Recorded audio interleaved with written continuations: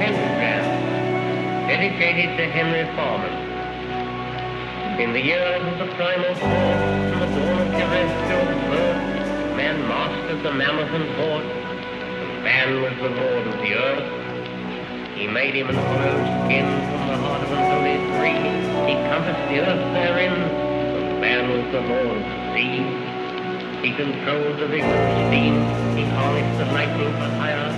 He drove the celestial team, and man was the lord of the fire. Deep mouths from their thrones.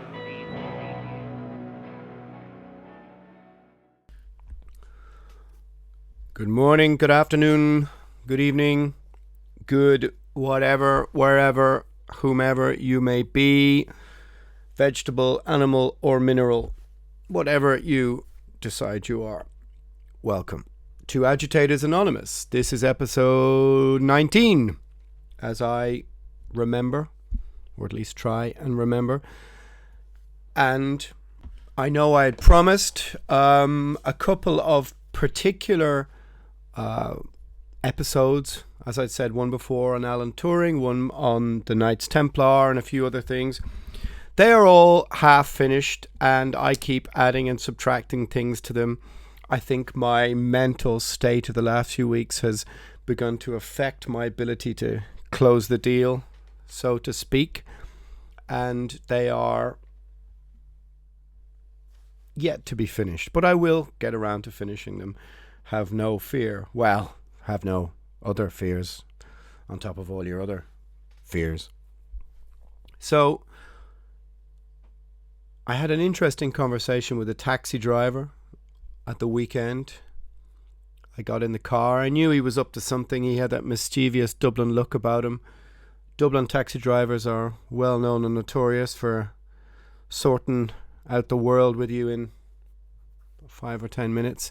And this gentleman was no different. He took a long look at me in the rearview mirror and he sized me up and he said, "Well, buddy, what do you think of this? It's a load of bollocks, isn't it? It's bullshit, isn't it?" I thought to myself, aha, here we are, the voice of the people. The voice of the people speaks. Let's consult the oracle and see what we learn. And I said to him, well, what do you mean by that? And he said, well, this whole fucking thing, man. I said, okay. In your opinion, how many people get in the back seat and are skeptical about what's going on? Is it half? Is it a quarter? Is it... I don't know. Tell me, what do you think? What are people saying? You are the mouthpiece of the public, so to speak, with all due respect. So tell me what's going on. And we started to bat back and forth some of the statistics, some of the more contradictory elements of the whole narrative, that we're told to wear masks, then told not to wear masks. Everybody's very upset at China. Then nothing about China is mentioned. The virus can be transmitted this way and not that way, and etc., etc. We were threatened with the inevitable collapse of our health service, which never happened. But yet, here we sit with an 11 p.m. curfew and no real moment where we can all work towards, which is one of the most complicated things, I think, with respect to our human nature, to work with no deadline, so to speak. And, he said to me, I think it's all a load of bollocks, man. It's just all a load of bollocks. This universal basic income, that's just going to be linked. PayPal, man, they cut you off from that. They cut you off from your credit cards. Don't want you on the street protesting. Do you know what I mean? I said to him, well, in my opinion, Irish people don't have the greatest track record on coming out in the streets and protesting. He goes, you're fucking right, buddy. You're fucking right.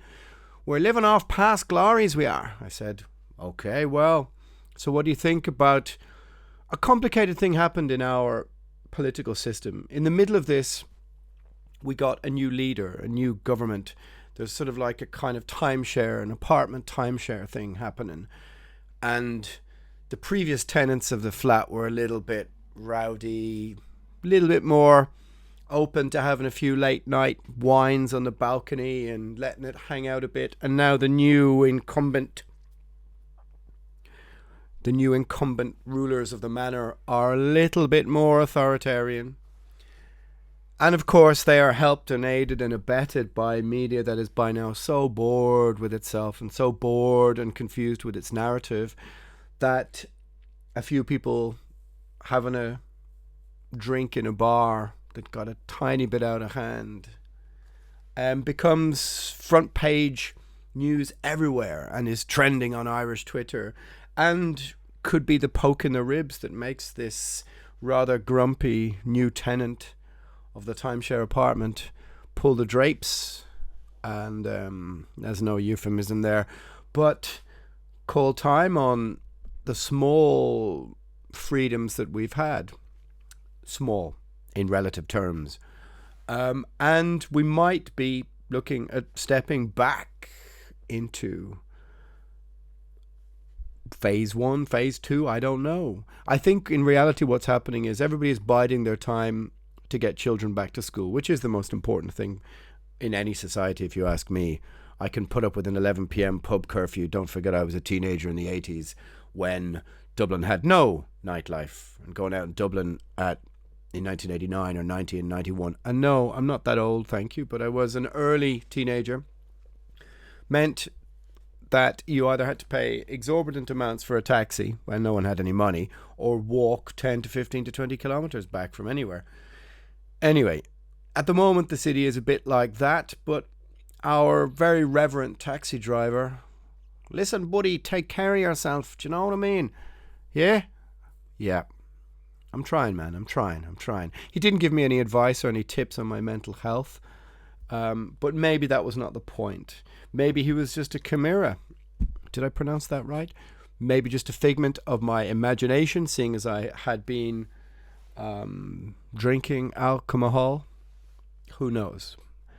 Either way, this litmus test of public opinion was not impressed at where we are heading. As I said before in previous podcasts, the idea of things being reduced to nothing when there are so many different agents, actors, rational, irrational, different powers at work throughout the world strikes me as mathematically improbable and impossible. But then again, what exactly do we know? The answer is not a hell of a lot.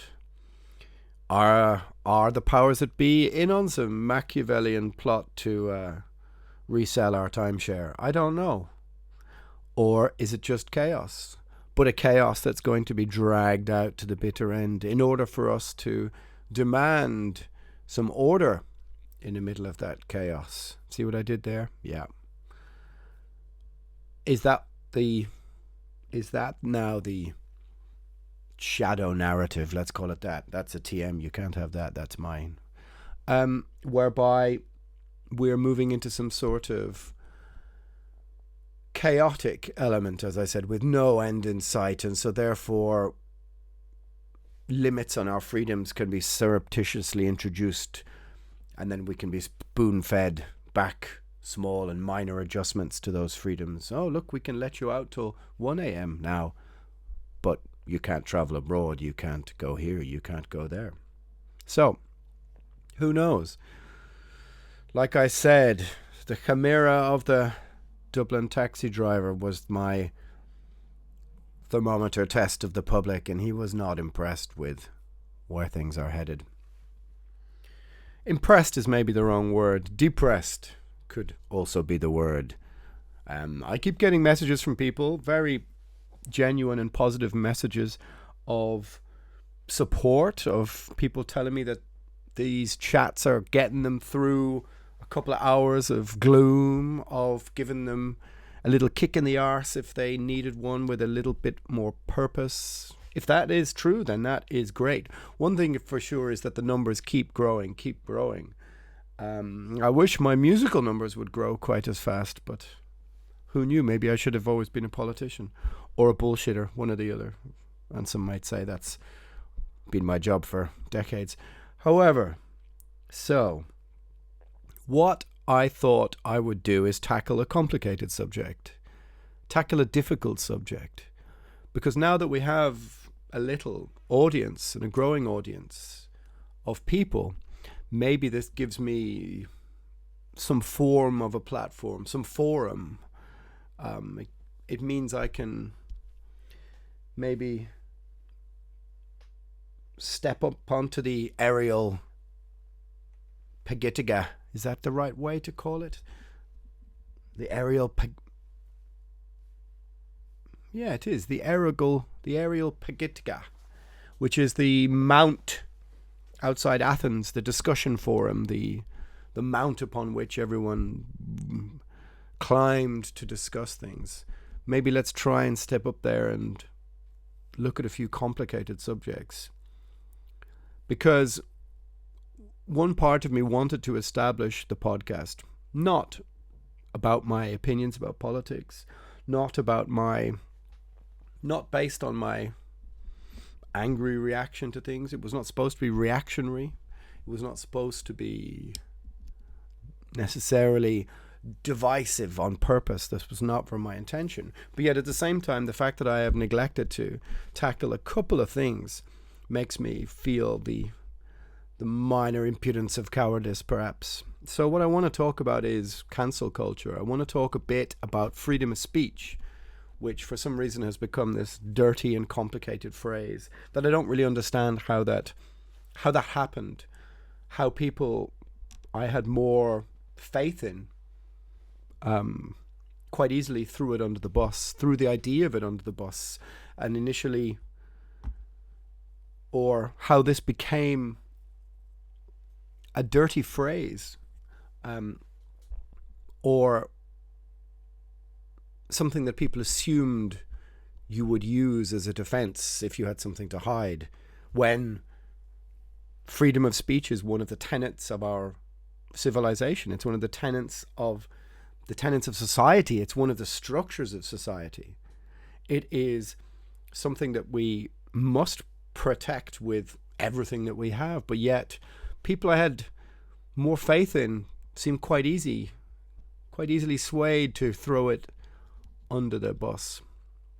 So I'm going to take a little look at what it means for heavy metal, what it means for music, about perhaps trying to look at why it's become so attractive to certain people, the idea of cancelling and what that represents. And look, if you're going to do it to me, hey, just remember what I said in the other podcast about returning to the town square with pitchforks. It might happen.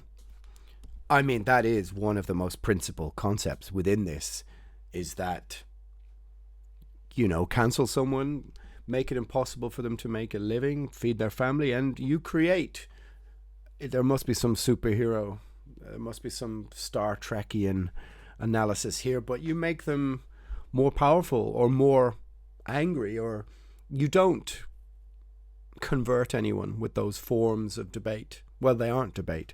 You don't convert anybody by cancelling them, by cancelling their right to speak, by cancelling their right to make a living. All you do is you just reverberate anger throughout society, and it doesn't work. It doesn't work. So let's take a little look at why this has become such a thing. Now, I've said this before in the podcast that I think we're deranged. We've become deranged by social media.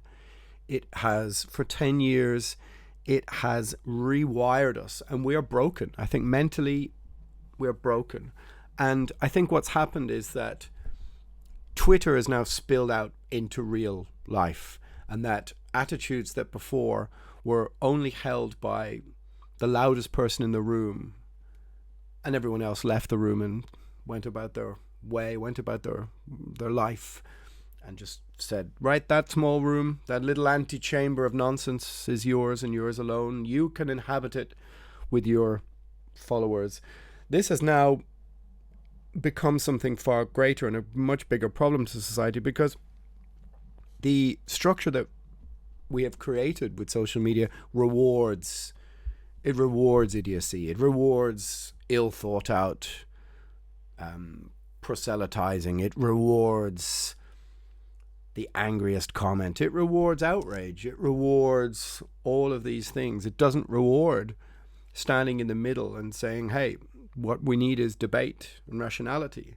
I'm reminded of the incredible Netflix documentary about Gore Vidal and William Buckley, which I recommend to anybody to watch as an example of how two sides of a debate who seemingly utterly despise each other are trotted out on TV for these mammoth debates, and they're engrossing and fascinating, and people sat down and digested them. You know, they were talked about the next day at the water cooler or over coffee, and it seems a great totem of an older society that allowed discourse between these enemies who are seething with rage at each other. But now there seems no recourse to that. There seems no recourse at all. And what you've realized is that, and this is what I think, is that what social media has done has created a religion out of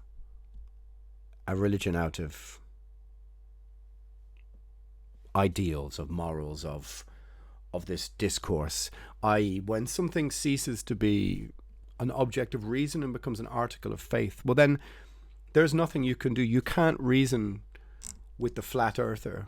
You can't reason with the religious, because the whole structure they've based their life upon depends on its very existence. So rationality, reason, and debate, which are three things that I hold in more esteem than virtually anything, are irredeemable. You can't cash that check anymore, because what you're dealing with, oddly enough, is a religious revival. They say sunlight is the best disinfectant, and therefore I very much believe in, even though Voltaire didn't say it, I think that we must defend the rights of those we disagree with, yada yada yada. What does that mean anyway, by the way? I think it was attributed to his ideals as opposed to him actually saying it. But if sunlight is the best disinfectant, then what happens when you silence people? You must drag their arguments and debates out into the sunlight and interrogate them, and therefore hold them up to the light. So if somebody wants to argue something that seems so self-evident and contrary, then debate the people who, like I said, maybe what we need to do is debate these people.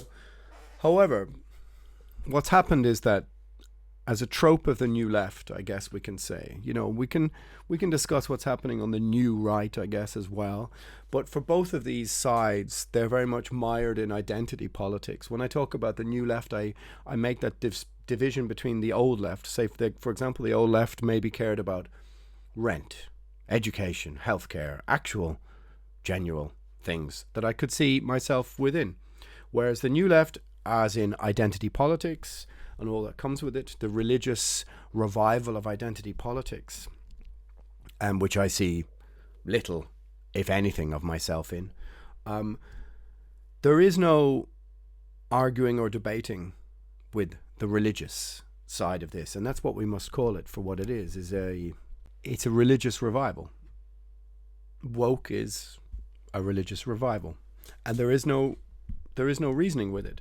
On those terms, I remember in the 90s, for example, to call someone a Nazi, a National Socialist, is what it means, was a pretty heavy claim. It was a pretty heavy thing to throw at somebody. And, we were at school told that was a pretty heavy word that you could throw around. And so you treated it with the reverence, or that you treated it with the respect it deserved, as a rather heavy word. Now it just simply means anyone who disagrees with me. It's used to describe anyone who sits in the middle ground, anybody who may have even a question to ask about the objectives of the flat earth society. And on those terms, what I seem to understand is that the left are demanding justice, but the right are demanding liberty. But in the search for justice, the left are willing to abdicate their responsibility to freedom of speech. And I really find that very troubling, because traditionally it would have been the left who would have been the defenders of free speech. I mean, I don't know if people particularly even realize that the idea of shouting fire in a crowded theatre, when this senator called Oliver Wendell Holmes asked for an example of when freedom of speech, for a negative example of the freedoms of speech, what people forget is that he was a senator who was sentencing to prison escaped Yiddish Russian pogroms who were opposed to America's entry to the First World War. So even on those terms, it was a setup. It was a religious setup that was taking place. Personally, I'm a free speech absolutist, because I think the alternative is far too dark to comprehend. And let's call it what it is. Cancel culture is censorship, and censorship is the jackboot of authoritarianism. It's the cornerstone of tyranny, not to mention the ugly stepchild of stupidity. Because, as I said, sunlight is the greatest disinfectant. But this is no longer the case, because if you call anybody you disagree with a Nazi or a fascist, then you don't need to debate them. You don't need to discuss anything with them. And you don't need to discuss anything with anybody who has ever had anything to do with those people you accuse them of being, i.e. being adjacent. What does that even mean? You once talked to somebody who I disagree with. This is what really worries me, is that the creeping hand of authoritarianism is that these are the handmaidens and the foot soldiers of authoritarianism, of a cultural Maoism, that they don't realize, in my opinion, that, for example, I read a story many years ago about how a man in Iraq spilled coffee over the newspaper that morning and happened to do it in front of a member of the military police, and you weren't allowed to desecrate an image of Saddam Hussein, and he ended up being tortured in front of his family for desecration of an image of Saddam. And the Ba'athist regime modeled itself on Stalinism. They modeled itself on this element of fear that should be permeated through all levels of society. And I don't think that people realize that part of that was the control of speech. And yet this is what people are demanding. They're demanding others to be cancelled. And yet, as I mentioned before in another podcast, some of those people, when I say to them, hey, do you believe in rehabilitation for prisoners? Yeah, sure. So you don't believe in the death penalty? No, of course not. Okay. But you believe in the death penalty of Twitter, to cast people out of the square of the marketplace of ideas or transactions, or their ability to earn to feed their children. And you wonder what enemies are going to come back tenfold. It's so regressive, it's so intellectually redundant as even a concept, that this is how you convert people. But I think what's happening is that people feel, well, I mean, like I said, I think people are deranged by social media. But because people don't have hobbies anymore, this sounds really naive, but they don't have hobbies anymore, they don't have interests anymore. Activism is the opiate. Activism is playing softball at the weekend. It's LARPing at being a revolutionary. And on those terms, people feel like they're taking part in a great moment of history. And so therefore, cancelling somebody who's coming to speak, cancelling a band. What does this mean for music? I mean, don't forget, when you cancel something, you're also cancelling your own ability to maybe gain any kind of knowledge or insight from the situation. Because not only are you deciding for other people what they can and cannot hear, digest, read, which is itself the iron will of authoritarianism, you are also limiting your own understanding of the situation. When you decide such and such a band is problematic, in quotes, a word I keep hearing all the time, problematic. What does that mean? It's so Orwellian, so dystopian, so open-endedly evil, because, well, he was problematic. said the military guard in Saddam Hussein's regime before he got a bullet to the head. Oh, Alan, you're being far too melodramatic. But this is where things start, where you dehumanize the people who you're supposed to be opposed to such a degree that any measure will do, any level will do. Starts with a bike lock, ends with a Molotov cocktail, then it might be a gun, might be a bullet. And if you've dehumanized that person to such a process, well then, what matter? What matter? And what fascinates me about all of this is that somehow the foot soldiers of this modern day authoritarianism seem to believe that they get the last word. That when the religious police or the security come for them, that they're going to go, well, no, hang on, I've been on the right side of this for the last decade. Surely you can't come for me and my children and my significant others. But that's not how authoritarianism works. Even Trotsky got the ice pick, right? That's not how it works. All those loyal to Stalin at the beginning got purged. That's what happens. And so you really want to think about what it is that you are cheerleading for. I mean, did it make any difference to cancel or to get Marduk cancelled at a venue? Did it? Or did it just make them bigger? Did it just mean that the last album charted in Germany? Did it just mean that more festivals booked them? I think you could say that that was a job not particularly well done. And so, on whose terms are they being cancelled when people wish to cancel a speaker at a college or a speaker at a festival or a literary festival or a political event? As I said, if you drive things underground, you make martyrs of people and you give them far more credence than perhaps they deserve. I mean, what you end up being is a prisoner of your own ignorance on these terms. But, like I said, if we're in the middle of a religious revival, which I think a very great part of is a war on science, a war on mathematics, a war on reason, then of course it makes sense that you want ignorance as your main principle on those terms. I mean, what did the church do to Galileo? So what exactly am I saying?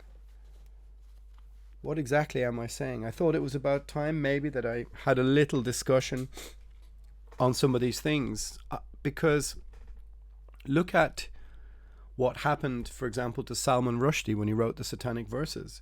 But you can be sure that 98% of the people protesting that back in the day when the Imam issued a fatwa on his head, sentenced him to death, and he lived in hiding for 25 years, is that most people never read the book. Most people never read the book. They had no understanding of it. Just like you have no understanding of Mugwa's politics. Really? Have anybody, whoever demanded their cancellation, sat down and discussed with them what they do and do not believe? Who is in authority to do so? Who decides? Who calls time on a band's ability to speak their mind and then kicks it upstairs to a higher authority? Who is that higher authority? Because let's be clear about it. If we have framed the terms of the debate that anybody who disagrees is either a far left or far right or fascist or Nazi, therefore you don't need to debate with them. You don't need to talk with them. All you need to do is put the paper in front of them with the terms that you want them to sign. And if they refuse to sign, well, that's it. You're out of the marketplace. Head to the gulag. And you can have the self-satisfaction of grinding the wheels of history. You can have some small victory, some small sense of winning. And I understand that that is a great temptation, because we're living in a moment where people feel incredibly powerless. They feel divested of their agency. And so therefore making this mark, this small sense of winning, becomes very important, and it becomes everything. And also, if you were to say to people, hey, you know those guys you're fighting, those guys you think you're diametrically opposed to, what about this? That you've been set up in opposition to let the powers that be free run at a completely different narrative, and the pair of you have just been set up to fight each other. Maybe that could be nearer to the truth. So therefore you should sit down with them and talk to them and find out that you probably got many of the same gripes and enemies and complaints, but nobody wants to do that because we've created a situation where there is no sphere of debate in the center ground, where even for asking these questions, somebody somewhere will take it upon themselves to go, I need to find out some stuff about this guy to get him cancelled.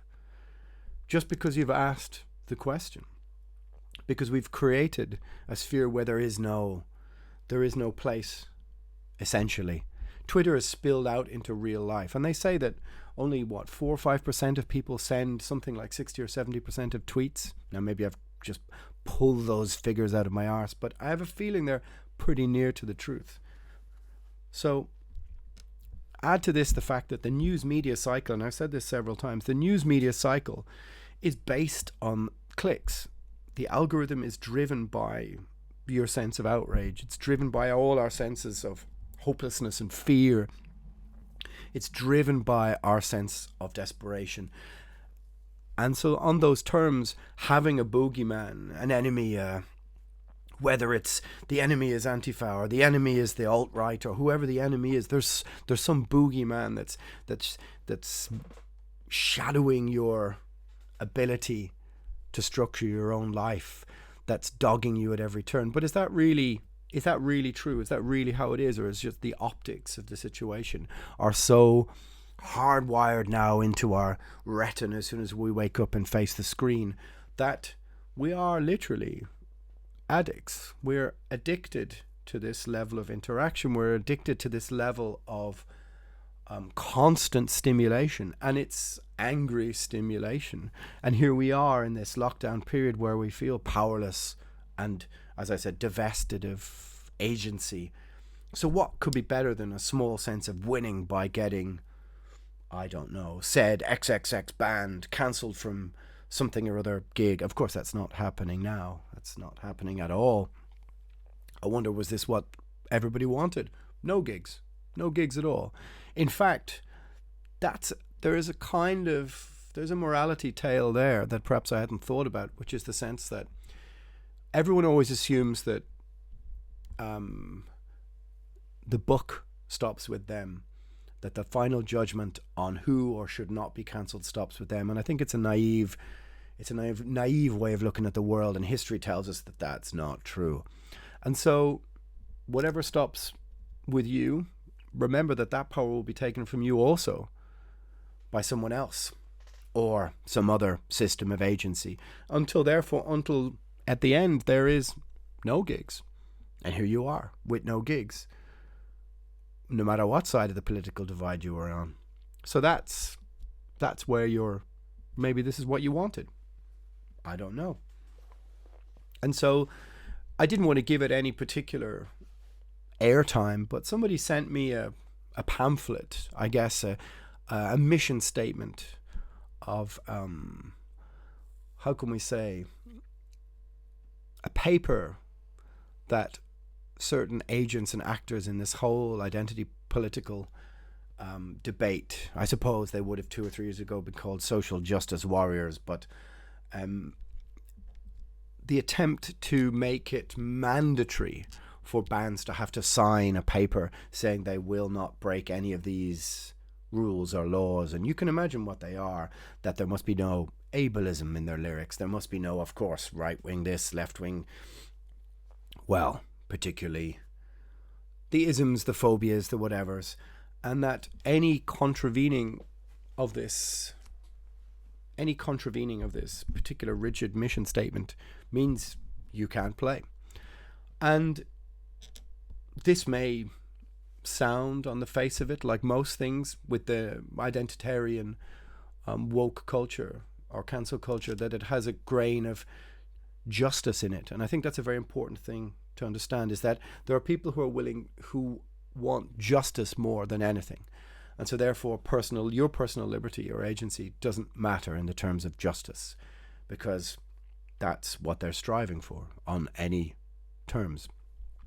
So if this is something that comes into being, into fruition, becomes a statute of law in some horrific Orwellian dystopian future, then this will mean who can play.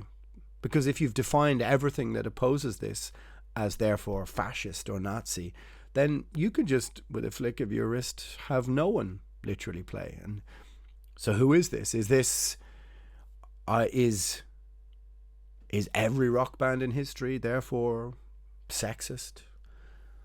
All these classic rock bands, is every work of art, whether it's great paintings, poems, the lack of humor, irony, hubris, pathos, the lack of understanding of the world, all of these things are taken from your ability to make that decision. Now, is that some sort of world where everybody really wants to live, whereby a friend of mine was playing in a band and she was told, your band got cancelled because we saw somebody in the crowd at one of your gigs wearing a shirt of a band we disliked. Who knew politics is just a t-shirt? And you are your audience's keeper. And you're going to be judged by who does and doesn't like your band. It reminds me of the days when the PMRC in the 1980s used to try and have their dirty dozen and cancel. At the time, they were trying to put parental advisory stickers and lyrics on albums. 18 years old to buy Wasp or Slayer or whatever, which now looks positively cute compared to the measures people are going to now, to have entire careers erased and people banned for wrong think. People need to read 1984, really. They really need to have a look into their Orwellian soul if they subscribe to these things. But the PMRC, the Parents Music Resource Centre in the 80s, was a right-wing Christian group run by Tipper Gore, who was married to Al Gore, who later became the environmental inconvenient truth guy, ran for office and president. But you can see how this conversation has moved from being a trope of the conservative religious right, who were against these things, to now the woke new left, or let's just call them woke cancel culture authoritarianists, or whatever you want to call it. That in those 30, 40 years, somehow the baton has been handed from the religious right to the woke left now. And I think that the word religious is the key word that links those two ideologies, because all of the elements now of woke culture, to me, represent, or can be seen to represent, a religious revival. And therefore, deviating from that, being a heretic who comes out and says the earth is not flat, means you can be stoned in the town square. And how does this affect heavy metal? How does this affect metal in general? I mean, you know, it's a complicated debate, but part of it is, I think that in the late 90s, that a particular kind of punk started to get really, really interested in black metal. And then as the further they looked into the scene, they realized they didn't like the people, the politics. If you ask me, a rather typical middle-class academic moral superiority, where they arrived into the black metal scene, had a look around and went, you know what would be better if we change this into something after our own image. I mean, I might do a whole podcast dedicated to this. It's not that I'm not a fan of many punk bands, but I think that there was always an uncomfortable or an uneasy truce between metal and punk, in that punk always viewed it suspiciously and through a kind of collegiate academic lens, and always thought of metal as its slightly dumb half-brother, and therefore lauded over it a certain moral superiority. And I think that is an element at play in the crossing of the streams in the late 90s, early 2000s, where, as I explained, a certain generation of punks came at black metal with a certain attitude and gave birth to certain stereotypes, certain ideals, and also the idea that it was within their moral remit, their political remit, to simply cancel bands. And even though it's a small, as I said, a small percentage of the general argument, there's no denying that something like that happened. I also think there's an economic aspect to this, which is a bit more grubby, which is that people within the punk scene realized there was more money to be made in the metal scene. Metalheads paid more for tickets, for shirts. There was simply more metalheads, and they showed up in more numbers to venues, and therefore venues that would have had a certain politic found themselves having to book bands that they weren't exactly sure about all their motives, or bands that simply came from a different scene, but that paid the rent.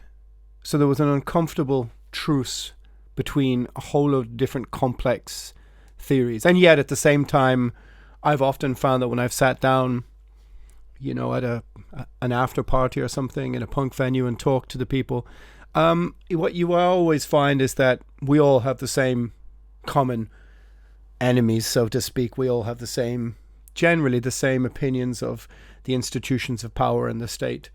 And that most of the obfuscation going on is a smokescreen, but a very well-formed and developed smokescreen in order to stop people speaking to each other. And therefore we fall into the same problems that I've just been talking about for the last, 25 years. Anyway.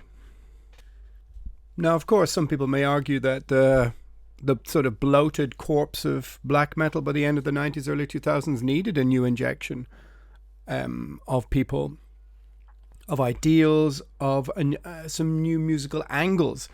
And maybe, you know, I'm not going to pretend that I don't have my own particular biases as a metalhead and somebody who grew up at the ground zero of second wave of black metal. Those are where my allegiances lie, I cannot deny. But I would listen to an argument that the likes of a Wolves in the Throne Room wouldn't now exist without that infusion between the two scenes. So musically, yeah, maybe there was some things that needed to happen. Just maybe culturally, there was a few butting of heads. But, you know, I would listen to that argument. I think that's really what the nature of this podcast itself is about. I think in truth what it is the decade-long derangement we've had at the hands of social media, and the fact that the very nature of this discussion has empowered the loudest voices in the room, and that reasoning, debating, conversing doesn't reward anyone anything. It certainly doesn't reward the platforms. It doesn't reward the platforms. It doesn't reward big tech. It doesn't reward the red tops that want and demand clicks. It doesn't reward them at all, because they, like everyone else, have seen their journalistic revenue and power diminish and diminish and diminish as people read less and less of the printed word. And so therefore they were driven over the edge of this moral precipice as well, because they realized that, calling Adam from Behemoth a racist is what gets clicks. This is what drives people to the channel. This is what gets the most readers, etc., or whoever else. And so therefore it's like the dog chasing its own tail on these terms, is that once you're in that game of needing those clicks in order to survive, then of course the more and more salacious stories you have to make up. I mean, let's be honest, I could make a news story probably by going out into the street now in 20 minutes and pay someone and go, look, I'm going to pretend to do this. You act this way, we'll film it on the phone, you run away, blah, blah, blah. Let's make a news story and then post it as a shocking instance of misogyny, sexism, homophobia on the streets of Dublin. I don't know, whatever. We could set it up. Everything. It's again this concept of, I suppose Adam Curtis would have called it hypernormalization, but I suppose in traditional terms it was just the propagandizing of the day-to-day. Anyway, what am I talking about? Like I said, even Trotsky got the ice pick, right? Because people think that they escape. And one of the things that I find really frightening about some of the noises I hear from people I think, or who I thought knew better, is the almost Kafkaesque nature of their arguments. I.e., if you disagree with me, then you are an ism of some degree. I.e., here are the terms of my statement. You sign at the dotted line or you don't. If you don't, you're heading for the moral gulag, so to speak. But, like I said, and people may call me melodramatic if they want to, but I think that the moral gulag eventually leads to the very real gulag on both sides of the political divide. But it is a Kafkaesque question where it's Stalinist in its nature, because it's set up on such terms that if you disagree with any of the terms of justice, then you are by very inference the opposite. You cannot say, well, I'd like a bit from column A and a bit from column B, but I have a question about column C. So can we reason between those three things? That's not part of the religious revival. That's not part of the religious nature of this conversation. Because you either have to believe or you don't. Anyway, so it may all seem a little bit inconsequential considering the fact that there is no gigs to cancel. There is no people coming to your college to speak. There is no elements of this, that, and the other. It's mainly just been the hyperactivity of Twitter that's taken over this sphere. And the opprobrium it's been dealing out, the rod to the back, has not necessarily been used for musicians as of late. It seems to be reserved for comedians somehow. And that is a very interesting term. Do remember that the rod you make will be used for your own back, so to speak. And maybe I'm creating a rod for my very own back here, but I did think to myself, well, I've always spoken about some of these things, spoken about such things. Some people like it, some people dislike it. I don't think I've ever been particularly divisive in my opinions about these things, but what I will say is that I will always defend the right of somebody I disagree with to their freedom of speech, because I think that is one of the, as I said, one of the pillars of civilization. Now, if you believe that civilization needs to be torn down and rebuilt, well, then maybe you don't respect freedom of speech and it means pretty much nothing to you. On those terms, then, we don't have a hell of a lot to talk about. The line in the sand is very much drawn, or the barbed wire on the fence has been erected long ago in your grey matter.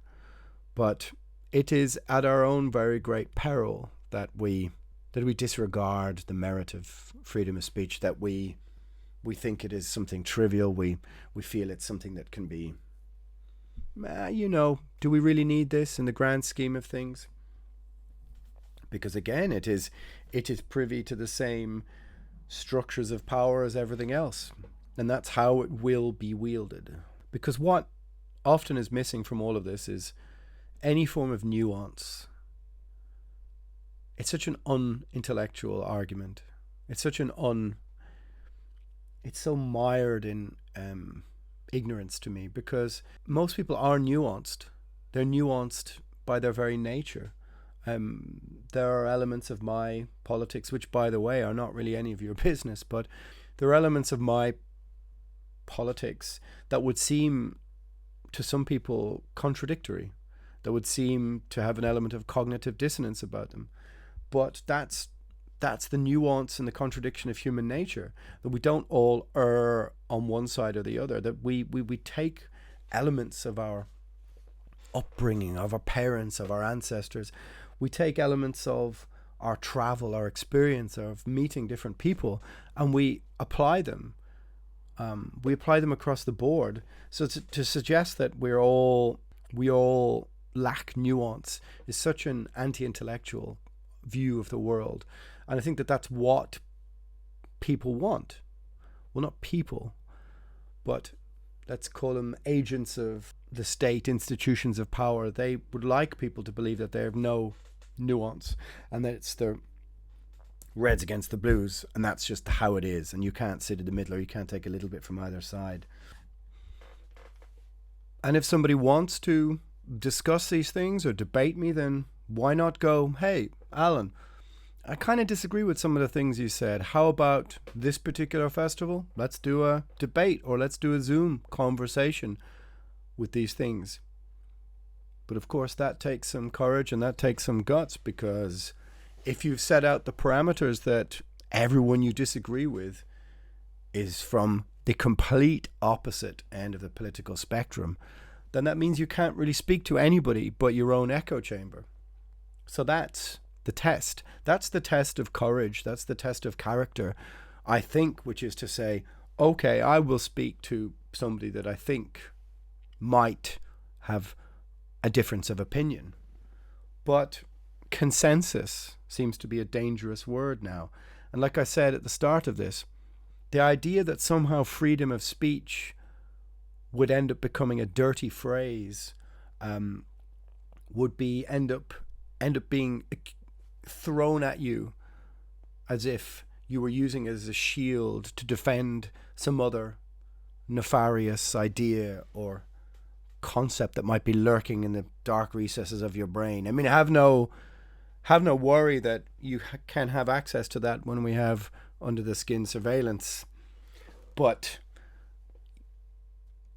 your thought crime might be someone else's freedom of speech. So we need to be careful about those things. But even as a concept, hate speech, what does that even mean? Think about what that actually means. It's to be filed under the war on terror, the war on drugs. It's something similar to me, because how can you have a war on such an abstraction? All speech is, to my mind, freedom of speech. Like I said, sunlight is just the best disinfectant for it. A war on hate, or trying to stop people hating, is such an abstract and strange principle. It doesn't really make any sense to me, as all you will create with that very intention is more hate.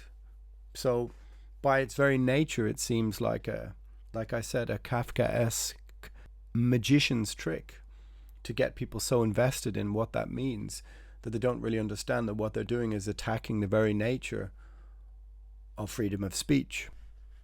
And the thing about this whole situation, this whole lockdown situation, is that you do get the feeling that to come out of this, a certain society is going to come out of this that is so bedraggled, that has such a sense of has such a beaten down quality to it, that is just so tired and fatigued with the situation that it will wave away some of its rights, some of its institutions, some of its morals will just go, look, I just need to see the end of this.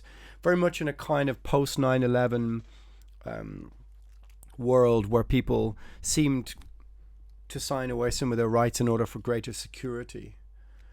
Some form or some element which is similar to that, in the sense that people will become so tired and fatigued by the situation that they might just hand over the keys to the asylum to some of the inmates of some of these ideals that I'm talking about, and go, look, just fix this